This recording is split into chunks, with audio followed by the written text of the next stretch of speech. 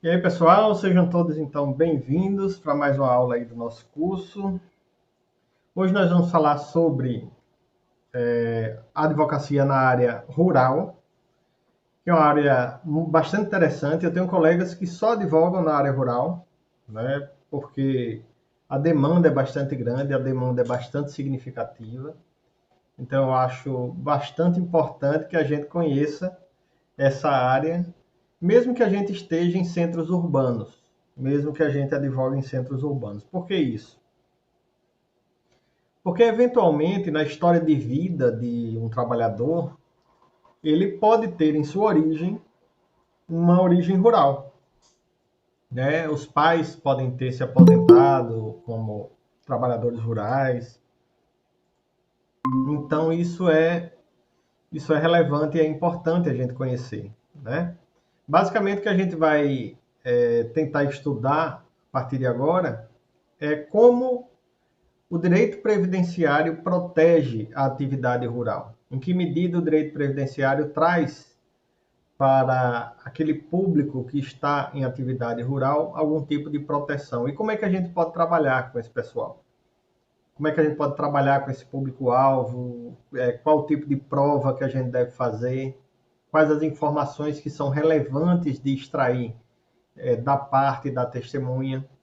Então, assim como nas aulas passadas, eu vou colocar anexo a essa aula um material também.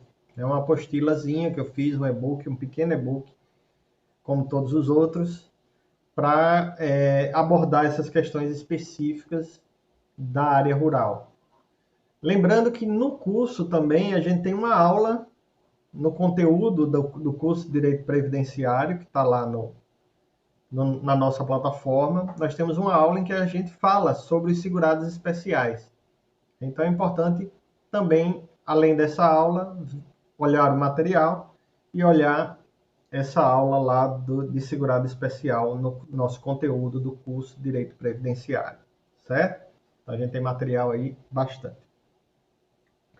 Primeiro, vamos falar um pouco sobre o histórico da, da proteção previdenciária rural, né?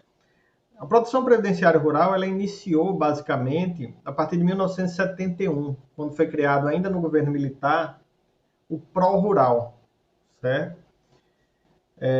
Esse Pró-Rural pretendia suprir uma falta que existia de atendimento à população rural de proteção social, uma vez que em 1971 ainda vigorava a ideia das caixas de aposentadorias, né, os institutos de aposentadoria, desculpe, por categoria profissional. Só que os institutos de aposentadoria estavam diretamente relacionados a empresas específicas, categorias de trabalhadores específicos, né? E esses trabalhadores sempre vinculados a um empregador. E como a gente sabe, a maioria dos trabalhadores rurais não estão vinculados a um empregador. Eles trabalham em regime de economia familiar. Hoje, o regime de economia familiar emprega 67% da população rural. Imagine na época, né? Imagine lá em 1971 quantas pessoas estavam exercendo atividades rurais sem vinculação a um empregador rural, né?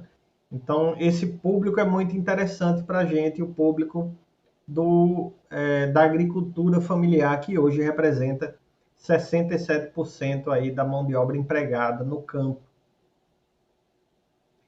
Foi nesse sistema do Pró-Rural, lá de 1971, que foi criado um fundo responsável pelo recolhimento, pela arrecadação das contribuições de empresas, que foi chamado Fundo Rural. O Fundo Rural ele deixou de existir lá em outubro de 88, com a Constituição Federal de 1988, acabou o Fundo Rural. Mas o impacto foi tão grande no campo que ainda hoje as pessoas se referem à aposentadoria rural como a aposentadoria do Fundo Rural. Então, sempre que vocês atenderem uma pessoa mais humilde, né, mais simples do campo, não estranhem o fato deles se referirem à aposentadoria do campo como uma aposentadoria rural. Mas o que de fato existe é que após a Constituição de 1988, eu não posso criar distinções, exceto aquela prevista na Constituição, que a gente vai falar dela daqui a pouco. Eu não posso criar distinções entre benefícios e serviços das populações urbanas e rurais. Esse é um princípio que está lá no artigo 194, parágrafo único da Constituição Federal. Então, todos os benefícios a que faz jus um trabalhador na área urbana, o trabalhador da área rural também fará jus. Aposentadoria por tempo de contribuição, que acabou agora com a reforma, aposentadoria por incapacidade permanente, aposentadoria por auxílio por incapacidade provisória, auxílio acidente, todos esses benefícios são também concedidos ao trabalhador rural. O que se ressalta mais na área rural é a aposentadoria por idade rural. A aposentadoria por idade rural representa aí, acho que 80%, 90% dos benefícios rurais são pagos.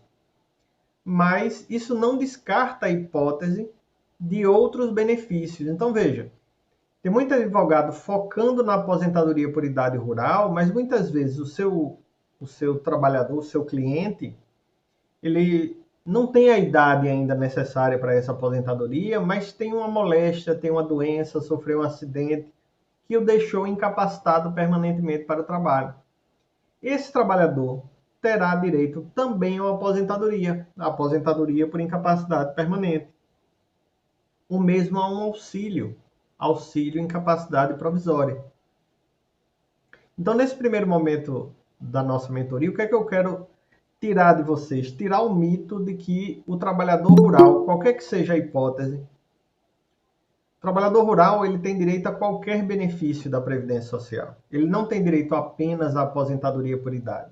Qualquer trabalhador rural pode receber qualquer benefício previsto na Previdência Social.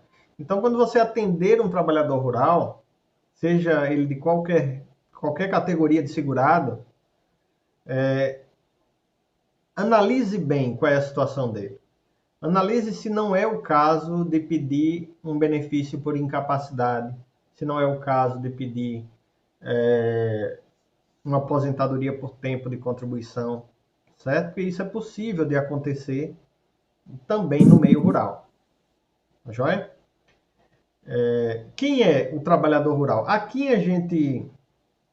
Então, o primeiro mito a gente já afasta, né? Que é o mito de que não, apenas o benefício de aposentadoria por idade é concedido no âmbito rural. Não é isso. No âmbito rural é concedido todo e qualquer tipo de benefício. O segundo mito que eu quero tirar aí da cabeça de vocês é que o trabalhador rural é apenas o segurado especial. Certo? A gente vai falar do segurado especial, mas eu posso ter um trabalhador rural empregado. Eu posso ter um trabalhador rural que é contribuinte individual. Eu posso ter um trabalhador rural que é trabalhador avulso. Nada impede o trabalhador rural ser de outro tipo de segurado que não segurado especial. Imagina um trabalhador que é contratado através do sindicato em uma atividade que é sazonal, como, por exemplo, o corte da cana.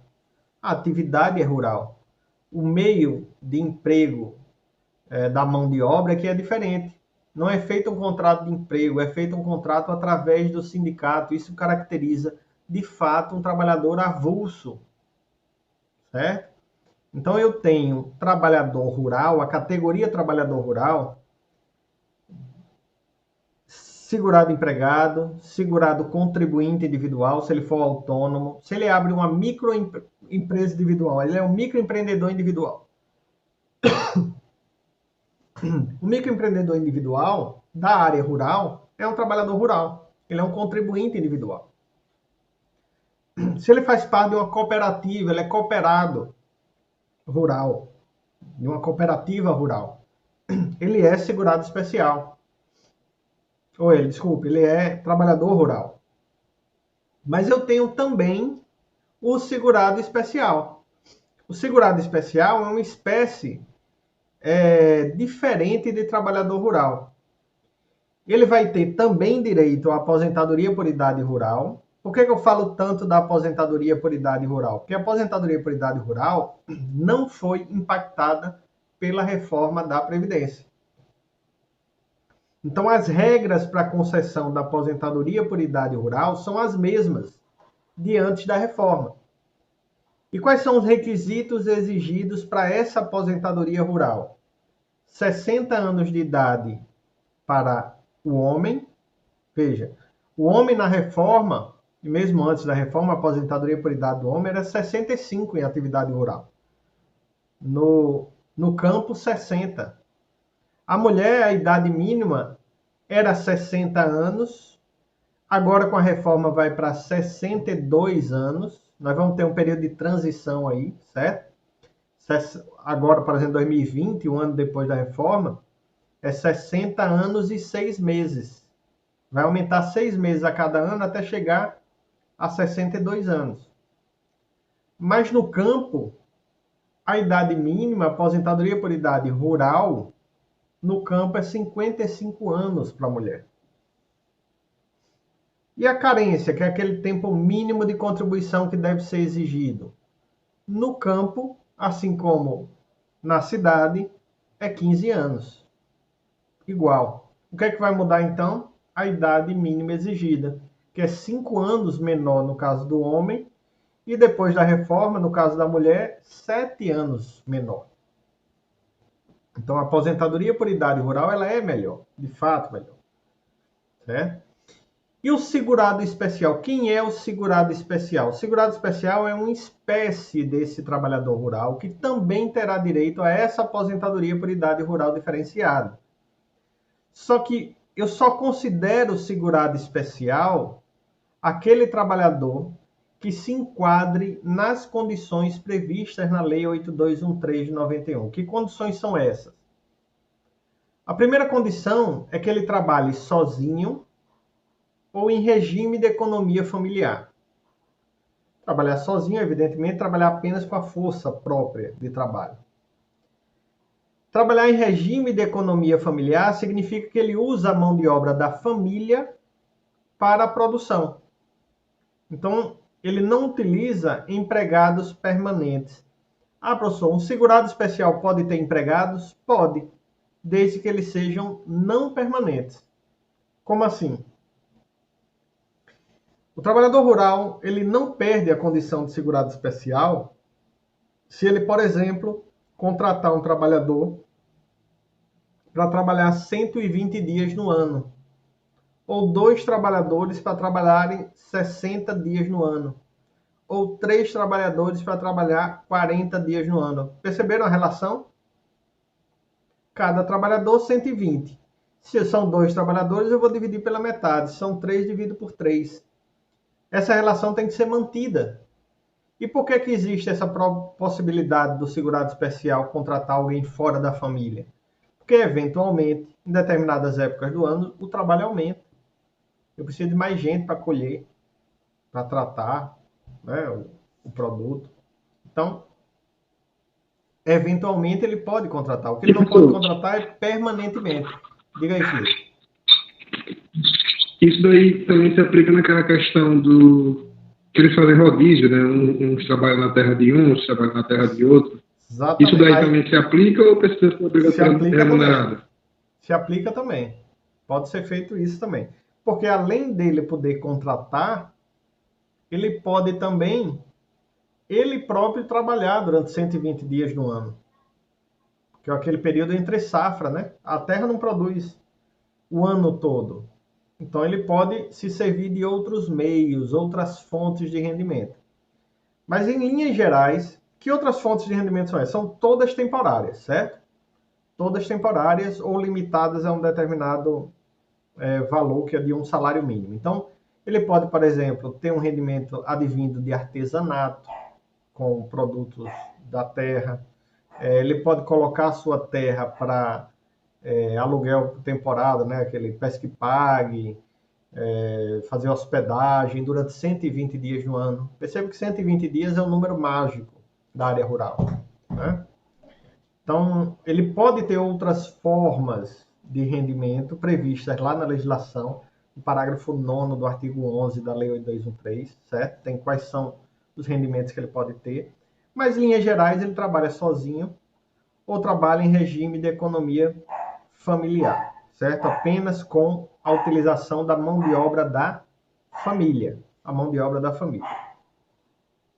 E aí nós temos alguns requisitos que são próprios do segurado especial que trabalha na atividade agropecuária, certo? Quem trabalha com agropecuária tem que ter aí um tamanho de terra específico. Que tamanho de terra é esse? O tamanho é definido em módulos fiscais. Onde é que eu verifico o tamanho do módulo fiscal exigido? Bom, a legislação fala em 4 módulos fiscais, até 4 módulos fiscais.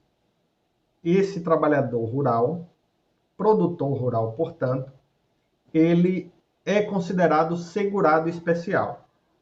Por que 4 módulos fiscais? Porque se entende que 4 módulos fiscais é o suficiente para a terra produzir para a subsistência da família. Garante a subsistência da família. Então, evidentemente, o módulo fiscal ele é do tamanho compatível com a produtividade da terra. Então, como é dividido isso? Você vai no site do INCRA e lá no INCRA procura o tamanho do módulo fiscal por município. Cada município tem um tamanho de módulo fiscal diferente. E aí você vai poder verificar pelo tamanho da terra do seu cliente se enquadra nesse limite de 4 módulos fiscais. Ah, professor, mas meu cliente não se enquadra. Ele tem um tamanho de terra maior. Qual vai ser a sua defesa em favor dele?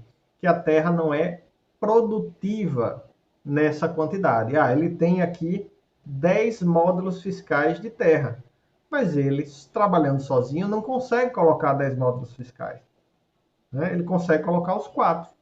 Ou a terra tem lá uma área de preservação, ou a terra tem uma área que é infértil, ou a maior parte da terra é um lago que não tem como produzir, certo? Então a sua defesa tem que ser sempre em relação ao limite da produção da terra, que não pode ultrapassar 4 módulos fiscais. Perceba. E isso para o segurado especial, que trabalha com atividade agropecuária. E o extrativista vegetal?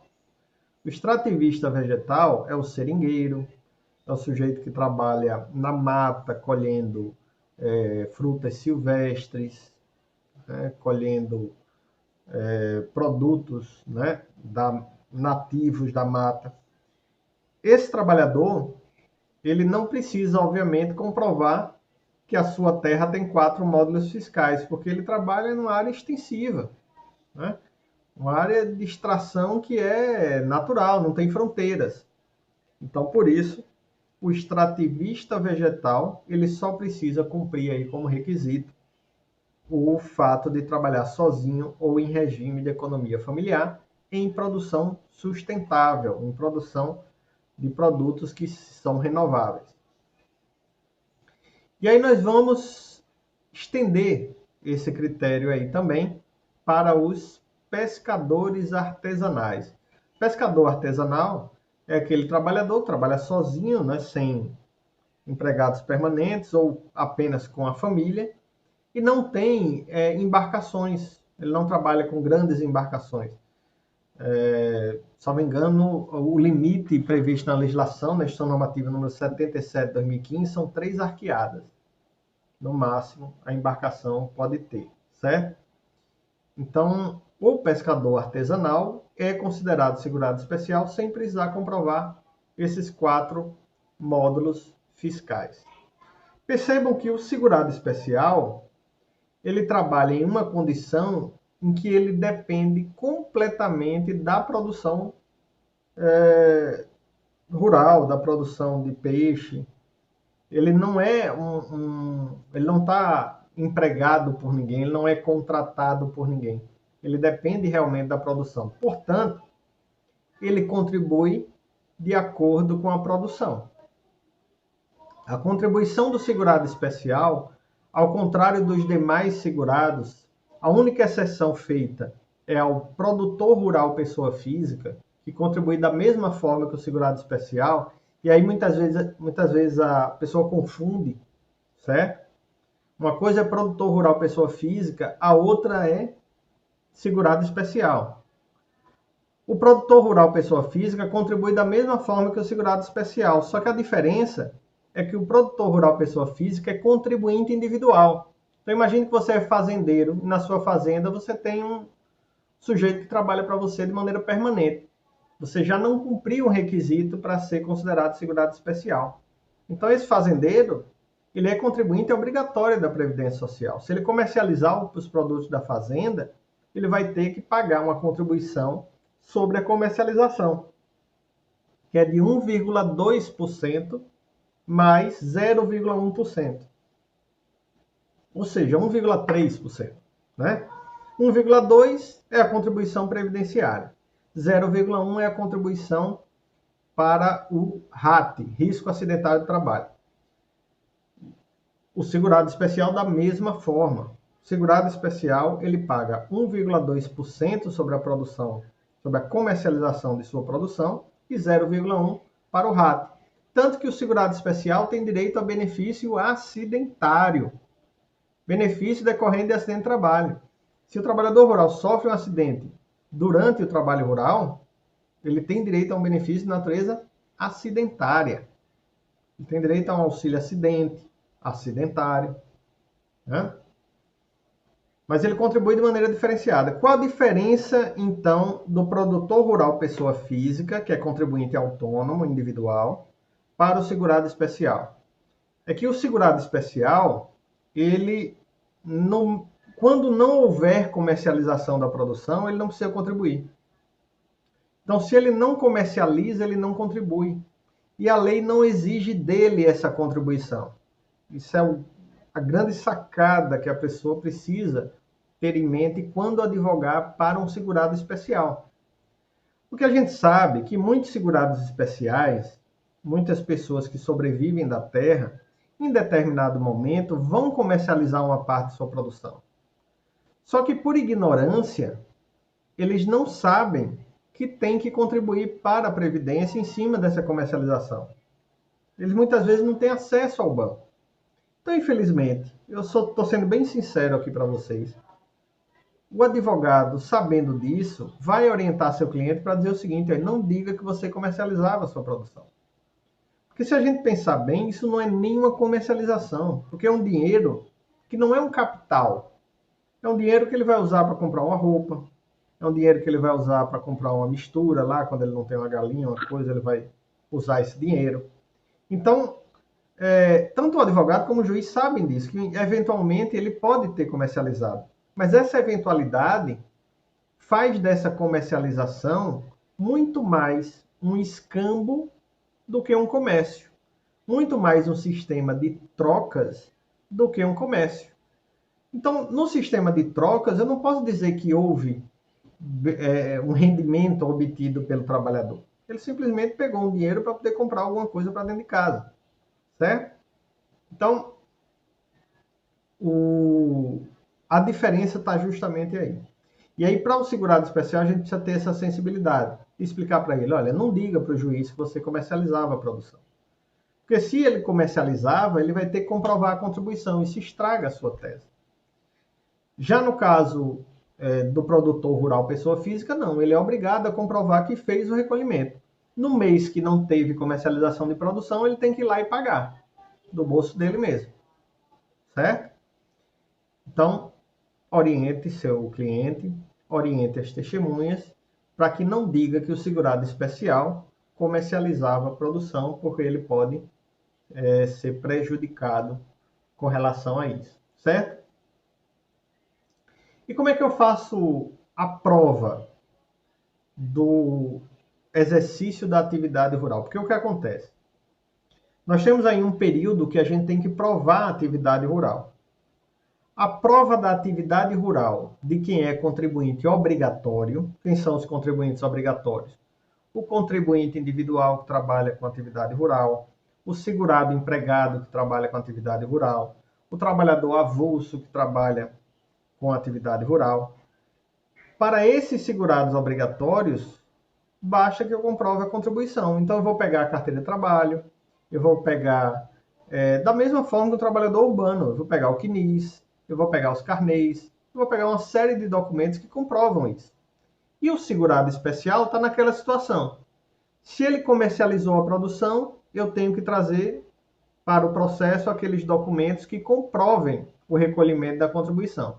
Se ele não comercializou, eu vou simplesmente ter que provar o exercício da atividade rural. Então, percebam. Se eu vou provar apenas o exercício da atividade rural, eu tenho que provar pelo tempo exigido para a concessão do benefício. Então, é muito mais fácil se obter um benefício de aposentadoria por idade no campo. Por quê? Porque a aposentadoria por idade no campo exige apenas 15 anos de exercício de atividade rural. Mas isso impede eu de conseguir outro tipo de benefício? Não. Basta que eu comprove que ele passou mais tempo em atividade rural. E é justamente em como se deve provar a condição de segurado especial que está, digamos assim, a arte do advogado especialista na área rural. Afinal de contas, eu não tenho comprovação de recolhimento de contribuição previdenciária, mas eu preciso provar, pelo tempo exigido pela legislação, o exercício de uma atividade rural. E aí o exercício da atividade rural pode ser provado diretamente ou indiretamente, certo?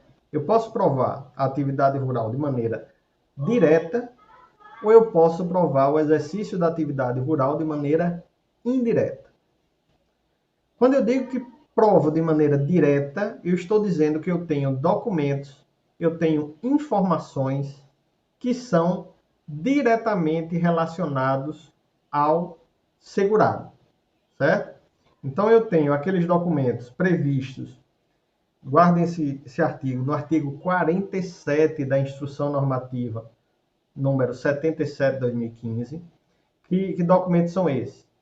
Contrato de arrendamento, contrato de parceria, meação, comodato rural, declaração de sindicato, comprovante de cadastro no INCRA, bloco de notas. Veja, até aí, o comprovante de cadastro no INCRA, eu não preciso comprovar o recolhimento da contribuição.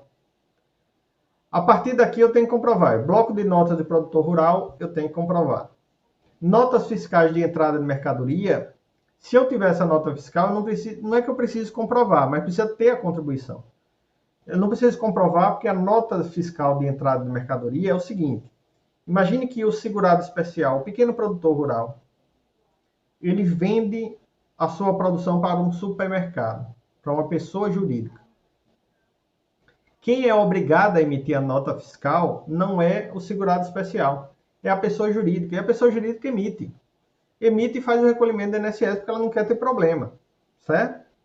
Então, esse documento pode provar o exercício da atividade rural para o segurado especial, sem que o segurado especial seja obrigado a fazer o recolhimento, porque essa obrigação é da pessoa jurídica, certo? Então, o que o artigo 47 fala, dá essas opções. Documentos fiscais relativos à entrega da produção rural à cooperativa agrícola. Quando ele é cooperado, é até mais fácil de comprovar, né? Você demonstra que entregou a produção, mas tem que ter a contribuição previdenciária. Entreposto de pescado, indicação do segurado como vendedor, consignante, comprovante de recolhimento de contribuição à Previdência, claro, né, decorrente da comercialização, cópia da declaração do imposto de renda, aquele segurado especial que faça imposto de renda, que aí vai ter que ter a indicação da comercialização e, evidentemente, tem que comprovar a contribuição previdenciária também. Comprovando de pagamento do ITR, Imposto Territorial Rural. Nesse caso até, não é necessário propriamente a comprovação do pagamento. Isso é importante.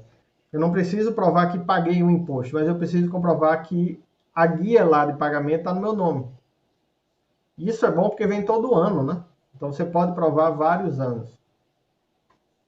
Licença de ocupação ou permissão outorgada pelo INCRA. O certidão do INCRA também não precisa comprovar a contribuição previdenciária. E a certidão fornecida pela FUNAI, porque eu esqueci de dizer isso também. Os quilombolas e os índios, certo? Também são considerados segurados especiais. Então, a população quilombola, que está em programas de atendimento à população quilombola, e os índios também podem solicitar aposentadoria na condição de segurados especiais, certo? Então, veja, esses documentos são exigidos pelo INSS. Pois não, Felipe? Eu peguei um caso recentemente, eu cheguei a comentar até com você no grupo, para o segurado especial, que troca muito de cidade. Como é que eu consigo comprovar esse tipo de documentação? Porque eu estou exatamente com esse problema. Eu não entendi. Troca o quê? Ele, um exemplo assim, ele troca de cidades várias vezes, entendeu? Sim. Ele vende a fazenda e compra outra fazenda em outro lugar, e vende a fazenda e compra outra fazenda em outro lugar, por conta de seca, por conta de clima, de tudo. Então, você entende? Sim, você vai ter muito mais trabalho com esse cliente. Por quê? Porque você vai ter que provar todas essas alterações. Então, como ele compra, se ele guardou os recibos ou se ele fez através de escritura, tá ótimo, né? Mas, como é que ele vai obter testemunhas? Veja, as testemunhas talvez sejam importantes também, entendeu? E aí, como ele não fixa residência há muito tempo em algum lugar, isso pode chamar um pouquinho a atenção. Mas é possível de se provar. É possível, basta organizar a documentação. Mas o INSS concedeu a ele 3 auxílios-doença e juntando com o tempo de contribuição que trabalhou com a empresa, numa agricultura mesmo, rural. Sim. Ele fazia contribuição no sítio, né? E ele recebeu 3 benefícios, que esses benefícios somados dão um pouco mais de 15 anos. Isso aí pode me ajudar bastante também. Pode ajudar demais. Pelo fato do INSS ser reconhecido. Pode ajudar demais, ajuda muito. Ajuda muito. Já é um reconhecimento por parte do INSS de que ele é trabalhador rural, né? Então, isso vai ajudar ele para solicitar uma aposentadoria por idade rural. Se todas essas atividades foram rurais, né, então ele vai poder sem problema nenhum. Outra coisa, o trabalhador ele não precisa morar no terreno. Ele pode morar na cidade próxima, porque ele não pode morar na cidade muito longe, né? Mas na cidade próxima do terreno, ele pode morar na cidade e ter o terreno produtivo, né, que mantém a subsistência dele. Nada impede, certo? Então, está falando aí dos documentos citados lá no artigo 47 da Instituição Normativa. Esses documentos, não é que o INSS quer que você tenha todos. Ela quer que você tenha um início de prova material. Então, ela só exige um desses documentos. Agora, evidentemente, se você tem um documento apenas, você vai ter mais dificuldade de comprovar que essa atividade rural se protraiu no tempo, né? Você passou muito tempo, ou tempo necessário para o benefício, trabalhando em atividade rural. Ok? Ah, professor, mas eu não tenho a prova direta. Eu não consigo provar diretamente que o meu cliente exerceu atividade rural. Eu posso fazer a prova de outro jeito? Posso. A prova indireta. O que é que eu chamo de prova indireta? A prova indireta é a prova da família, não é a prova do segurado. Porque como a legislação exige o regime de economia familiar, ela estende para os membros da família o mesmo direito do segurado, que é arrimo de família, que é o chefe da família. Então, isso ocorre muito quando você precisa provar um tempo de atividade rural do maior de 12 anos de idade. Evidentemente, uma pessoa com 12, 13, 14, 15 anos de idade, ele não tem nada no nome dele. Está tudo no nome do pai ou dos pais. Para fazer a prova da atividade rural, nesse caso, eu posso fazer a prova indireta, a prova do regime de economia familiar. E aí eu vou pegar o documento da terra que está no nome do pai, o documento do programa de agricultura familiar que está no nome da mãe. Veja, vou reunindo documentos a fim de provar que a família era caracterizada pelo regime de economia familiar. E se ele for mais velho, eu vou pelo histórico previdenciário da própria família. Se eu chego para um juiz e digo o seguinte, olha, eu não tenho prova do meu cliente, só tenho testemunha, não tenho prova documental, mas o pai e a mãe dele que faleceu recentemente, ou faleceu há algum tempo, os dois se aposentaram com aposentadoria rural. Veja, o núcleo familiar todo foi formado por pessoas que exerceram atividade rural. Se tiver um irmão, eu digo, olha, o irmão recebeu aposentadoria rural, a outra irmã recebeu também. Ele não tem outros rendimentos. Aí eu não preciso fazer a prova do exercício de trabalho que não teve rendimento. Isso não existe. Eu vou provar que ele não tem outro rendimento. Que ele não tem a carteira assinada, que ele não trabalha como autônomo, né? E aí, a partir disso, eu vou fazendo um contexto indireto de prova para que o juiz entenda que ali existe um regime de economia familiar. Ah, professor, mas existem outros meios de prova? Existem, certo? Esses outros meios de prova são aqueles meios que são admitidos devido ao nosso sistema processual. Nós vivemos num sistema processual que é o do livre convencimento motivado do juiz. O juiz pode se servir de várias provas para demonstrar, ou para se convencer, desculpe, de que ali há um exercício de atividade rural. Então, por exemplo, não está citado aqui, mas se eu pego a certidão de casamento do segurado, em que tem lá a indicação que ele era lavrador, se eu pego a certidão de nascimento dos filhos, em todos os filhos tem lá a profissão dos pais, lavrador. Se eu pego a certidão de batistério, né, na Igreja Católica, e tem lá dizendo que a profissão dos pais são lavradores, né? Então eu tenho todo o contexto fático que me permite mostrar para o juiz, olha, eu não tenho esses documentos aqui previstos na lei, mas nosso sistema processual não é da tarifação da prova. Nosso sistema processual é do livre convencimento motivado. Então, o juiz se serve da documentação que vier aos autos. Posso juntar uma foto? Posso juntar uma foto, não importa. E isso implica dizer que ele pode usar também do seu senso comum. Como assim? Ele pode dizer o seguinte, olha, eu posso me convencer que a pessoa realmente é trabalhador rural, porque eu estou vendo a pele queimada de sol, eu estou vendo a mão calejada, eu converso com ele e ele fala como o homem do campo, ele entende como é o plantio, como é a colheita, percebeu? Então eu me sirvo de outros instrumentos de prova. Ah, professor, então o senhor está dizendo que só pode fazer isso, só dá para fazer isso no judiciário. Eu também posso fazer a prova administrativamente. Eu tanto posso fazer a prova administrativa com esses documentos a que eu me referi, como posso pedir que haja uma audiência dentro do processo administrativo.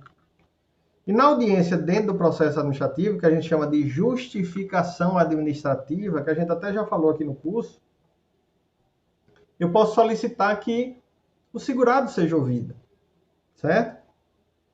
E que as testemunhas sejam ouvidas. Então, o servidor, muitas vezes, nessa justificação administrativa, ele também coloca suas impressões. Isso pode até não servir no âmbito administrativo, porque no âmbito administrativo deve haver uma vinculação direta à prova prevista na legislação, tudo. Mas você leva para o processo judicial uma prova muito forte de que a parte foi perante o INSS, o servidor do INSS verificou essas características. Então, ajuda em todos os aspectos, inclusive para pedir, solicitar um provimento liminar, né? Uma medida de urgência, no caso desse. Então, não descartem a hipótese de solicitar uma justificação administrativa, porque essa justificação administrativa pode ajudar, auxiliar vocês nesse propósito, certo? Só que observe o seguinte, e aí com relação à prova ainda, certo? Como é que a gente vai fazer a prova da atividade rural? Recentemente, a Lei 13.846, guardem esse número, vai estar lá na apostilazinha também. A Lei 13.846 alterou bastante coisa em relação à prova do tempo rural, certo? A prova necessária no tempo rural. E aí instituiu primeiro a chamada autodeclaração. Nesse material que eu vou colocar anexo a essa aula, eu vou colocar o formulário de autodeclaração.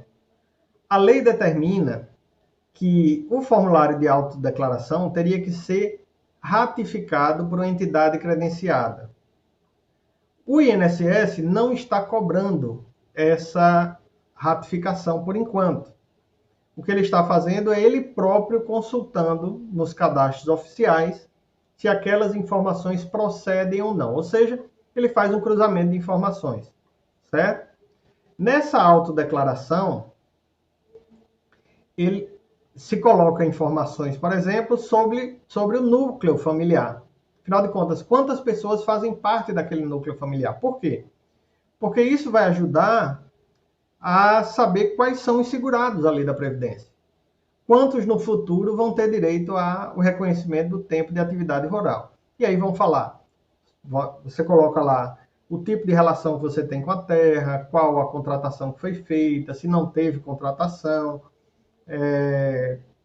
qual é a sua condição no grupo familiar, qual o município, qual o tamanho da terra, registro no ITR.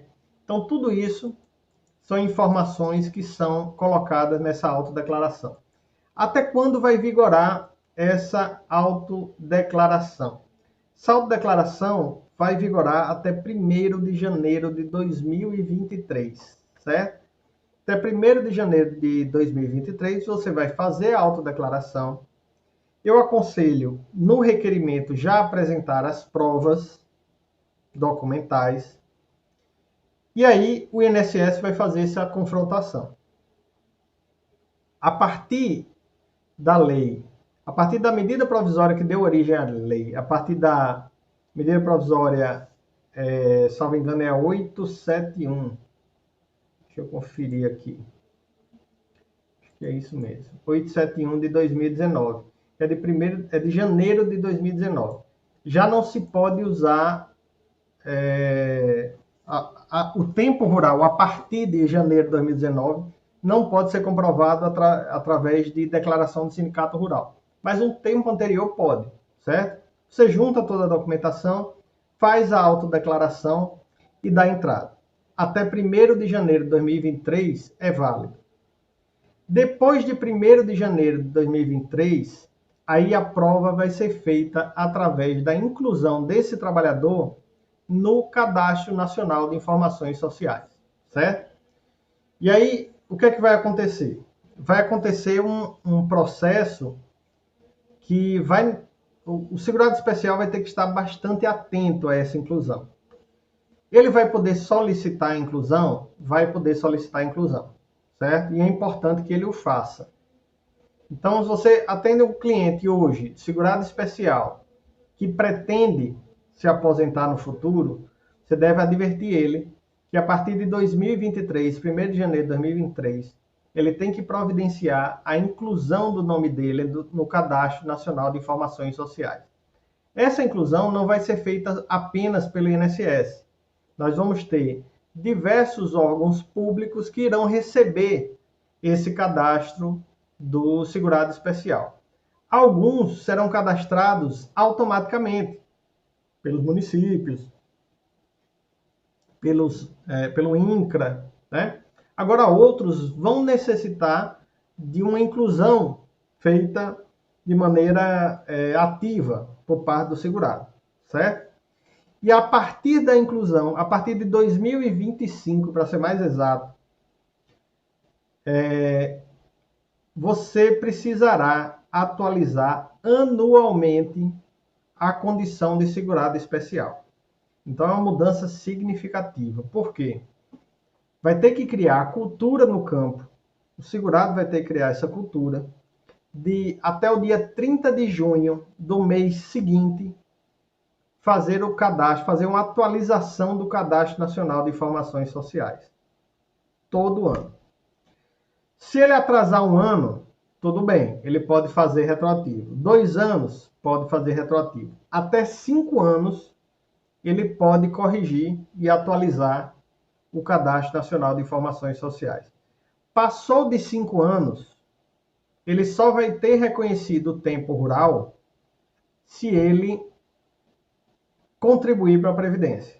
E aí é que começa o prejuízo do segurado especial. Que o segurado especial que não tinha obrigação nenhuma de contribuir, porque bastava ele comprovar que usava a produção para a própria subsistência, a partir do atraso nas informações prestadas ao INSS, ele pode perder essa condição e ter que contribuir. Cada membro da família terá que contribuir para a sua aposentadoria, certo? Então, em linhas gerais, autodeclaração até 1º de janeiro de 2023. A partir de 1º de janeiro de 2023, o Cadastro Nacional de Informações Sociais passa a valer como prova e você pode solicitar a inclusão até 2025 sem prejuízo. A partir de 2025, caso haja o atraso na atualização dos dados, você, com 5 anos, pode perder a condição de segurado especial. E aí vai ter que fazer a contribuição previdenciária. Ficou claro? Então, são condições muito diferentes. E aí a gente finaliza a questão relativa ao trabalhador rural, que vai solicitar um benefício rural, e para solicitar o benefício rural, ou precisa comprovar a contribuição, no caso daquele segurado trabalhador rural, contribuinte individual, segurado empregado, trabalhador avulso, ou segurado especial que comercializa a produção, ou apenas o tempo de atividade rural, que é o caso do segurado especial, que não comercializa a sua produção. Só que há de convir que existem situações em que a pessoa começa a trabalhar em atividade rural e depois vai trabalhar em atividade urbana, ou vice-versa. Ele está em uma atividade urbana e vai trabalhar em atividade rural. Como é que faz com esse trabalhador que tem, portanto, 2 períodos de trabalho? E mais especificamente, o que fazer quando um dos períodos rurais, um desses períodos, ele é de segurado especial, ou seja, que não houve contribuição.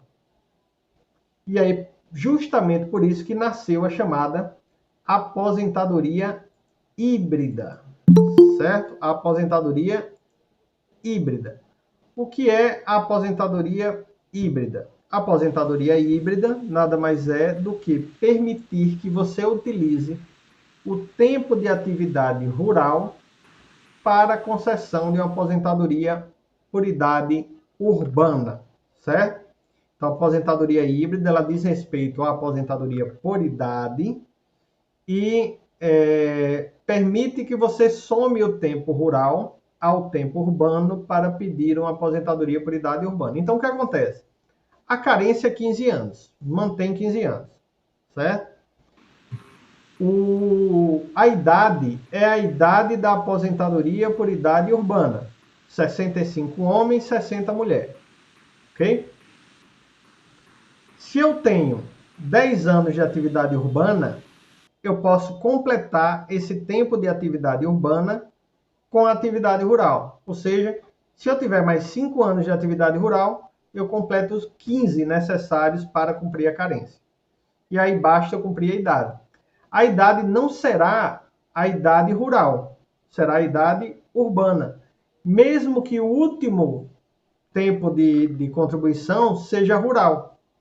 Então, independente de ser o último tempo urbano ou o último tempo rural, a idade será a da aposentadoria urbana, 65 anos homens, 60 mulheres. Muita atenção para a reforma da Previdência.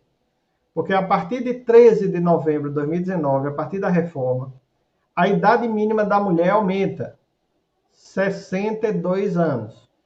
E o tempo de contribuição mínimo do homem aumenta para 20.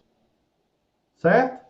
Então, depois da reforma, caso a aposentadoria seja concedida depois da reforma, eu tenho que somar tempo rural e tempo urbano 20 anos para o homem e 15 anos mantém para a mulher. E aí veja o seguinte, o que acontece com o segurado especial? O segurado especial, ele não contribui. Mesmo assim, o Superior Tribunal de Justiça, guarda essa informação, Superior Tribunal de Justiça, tema 1007, fixou como tese o fato de que eu posso usar o tempo como segurado especial para fins de carência. Então, eu posso usar aquele tempo de segurado especial que eu não contribuí, mas que exercia atividade rural em regime de economia familiar, eu posso usar esse período para fins de carência da aposentadoria por idade urbana.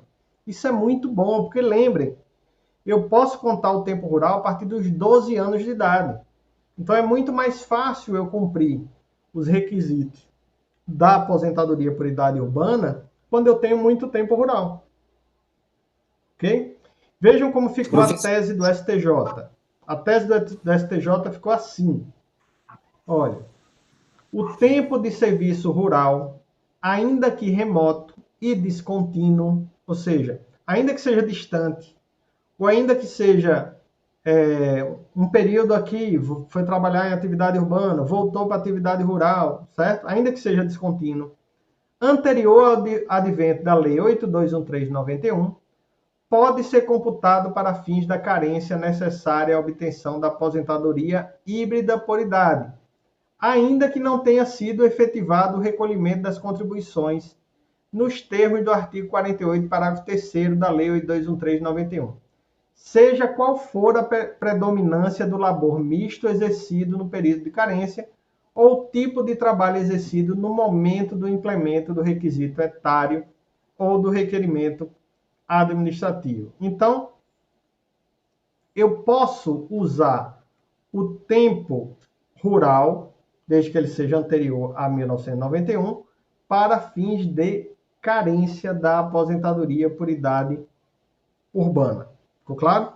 E aí isso a gente chama de aposentadoria híbrida. Híbrida. Perfeito? Professor. Pois não. Professor. E com relação, no caso, a essas provas anterior a 91, que não seja a aposentadoria híbrida, por exemplo, é uma pessoa que é uma mulher rural, né? Sim. Regime de economia familiar. Ela completou os 55 anos em 2019. Certo. Tá? Então, os 15 anos, que é o tempo de carência, ela vai comprovar para trás, né? De 2019 para trás, não é isso? Isso, exatamente. Mas, digamos que ela tenha provas, que ela trabalhou lá com os pais antes de 91. Certo. No judiciário, eu vou poder requerer, dizer, olha, juiz, analise essas provas, mesmo sendo anterior a 91. Vai, por quê? Porque o STJ entendeu que isso vale, inclusive, para carência. Então, esse tempo então não é só para aposentadoria híbrida, então, não, né? Não há necessidade, veja, a aposentadoria híbrida é uma alternativa para quando a pessoa tem atividade urbana.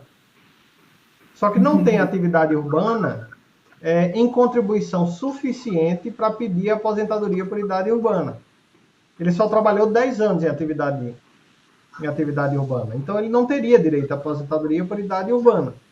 Mas, somando com o tempo rural, ele passa a ter direito à aposentadoria por idade urbana, que se chama de híbrida. E no caso, professor, do contrário, exemplo, um segurado que ele trabalhou alguns anos como segurado contribuinte obrigatório, sim. Aí ele vai para o campo, certo? Aí ele não tem os 15 anos, mas eu posso pegar aquele tempo e dizer, olha, eu já tenho 10 anos no campo, tenho 5 anos que eu trabalhei lá, eu posso comprovar esses 15 anos para me aposentar como rural, como segurado especial. Pode também, é o que disse o STJ. Ele pode usar também o tempo urbano. Mas ele não vai se aposentar rural. Pronto, é isso que eu quero saber. Ele não se aposenta rural. Uma coisa importante, Elaine, que você falou aí. Veja, eu completei 15 anos antes de 91, ou antes de 98, não importa, certo? E de 98, 99, 2000 para cá eu não tenho prova mais. mas completei a idade. Eu posso ter direito à aposentadoria por idade urbana? Posso. Por quê? Porque eu não preciso comprovar carência e idade ao mesmo tempo. Eu posso ter cumprido a carência lá atrás e só ter cumprido o requisito etário, a idade, hoje. A perda da qualidade de segurado não vai impactar no direito que você tem ao benefício. Ok? Então você pode ter 15 anos de atividade rural, por exemplo, lá dos 20 aos 35. Você conseguiu comprovar dos 20 aos 35 a atividade rural. E só agora ele completou 60, ela completou 60, ela completou 55 anos, que é a idade limite para a aposentadoria rural. Se ela não teve nenhuma atividade urbana nesse período, né, se ela não teve outro meio de vida, ela se aposenta por idade rural. Certo? Interessante. Diga aí, professor, era exatamente isso que eu queria perguntar. Não existe aí nenhuma proporcionalidade, ou seja, se o tempo trabalhado com o urbano seja ínfimo, pequeno, vamos imaginar segurado por 6 meses, entrou como segurado urbano, aí já estragou, por assim dizer, a aposentadoria rural desse ciclo. O tempo mínimo, veja, o tempo mínimo é aqueles 120 dias por ano. Sim. Certo? Além disso, já estraga aí essa possibilidade rural, né? Além disso, já estraga. É uma pena. É uma pena mesmo. Eu queria citar como exemplo para a minha nobre colega professora Elaine, o meu sogro, doutor Antônio, vai cair exatamente ser beneficiado por essa decisão do STJ, porque ele completará 55 anos agora, o mês que vem, em novembro. 65, todavia, não? 65, isso. Sim. E, todavia, ele só tem 10 anos de contribuição urbana, mas antes de 91 trabalhou a vida toda como trabalhador rural. Perfeito. Então a gente vai levando. Vai dar certo, a gente agora só esperando ele completar os 65 anos. Aí eu queria perguntar uma coisa ao senhor baseado nisso. Esse de prova interpretado, essa decisão dada pelo STJ, ela é considerada lá na esfera administrativa, quando eu der entrada lá no INSS, ou só vou conseguir isso no judiciário? Só vai conseguir no judiciário. Eu digo isso porque, assim, se trata de uma tese fixada pelo STJ, certo? A tendência é que o INSS incorpore isso no seu trâmite administrativo, só que ele demora muito para incorporar. Entendeu? A junta precisa regulamentar esse tipo de decisão, no caso. Precisa regulamentar, precisa ter um parecer. Como se fosse uma jurisprudência do próprio INSS. Exatamente. Não é bem uma jurisprudência, mas é um normativo, como a instrução normativa 77/2015, precisa de um normativo específico para adotar a tese do STJ. Aí isso é que empaca, porque muitas vezes o tempo administrativo é diferente do tempo judicial. Eu entendi perfeitamente. E agora também ficou mais claro porque o senhor disse que o indivíduo completando 65 anos é o cliente ideal, né? Exatamente. Cliente ideal, porque a gente vai buscar qualquer tipo de benefício para ele, né? Ou LOAS, ou aposentadoria, ou qualquer coisa. Beleza? Muito bem. Obrigado. Então foi bem produtivo hoje. Um abração aí a todos. Boa noite. Bom descanso.